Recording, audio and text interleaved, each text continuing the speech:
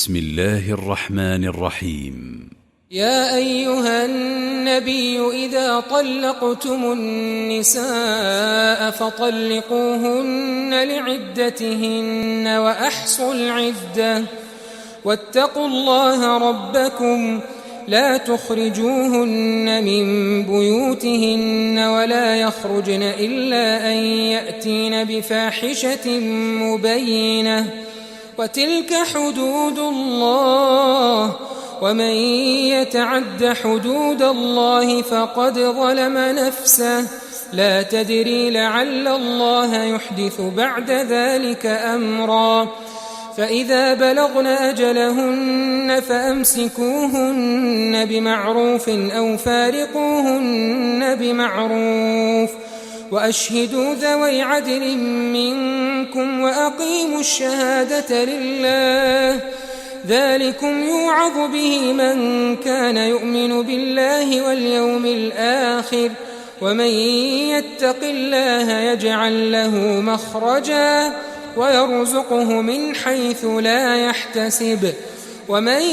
يتوكل على الله فهو حسبه إن الله بالغ أمره قد جعل الله لكل شيء قدرا واللائي يئسن من المحيض من نسائكم إن ارتبتم فعدتهن 3 أشهر واللائي لم يحضن وأولاة الأحمال أجلهن أن يضعن حملهن ومن يتق الله يجعل له من أمره يسرا ذلك أمر الله أنزله إليكم ومن يتق الله يكفر عنه سيئاته ويعظم له أجرا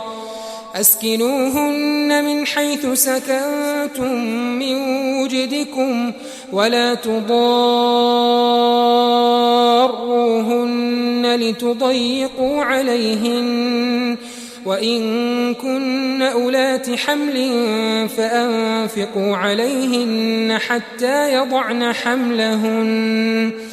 فإن أرضعن لكم فآتوهن أجورهن وأتمروا بينكم بمعروف وإن تعاسرتم فسترضع له أخرى لينفق ذو سعة من سعته ومن قدر عليه رزقه فلينفق مما آتاه الله لا يكلف الله نفسا إلا ما آتاها سيجعل الله بعد عسر يسرا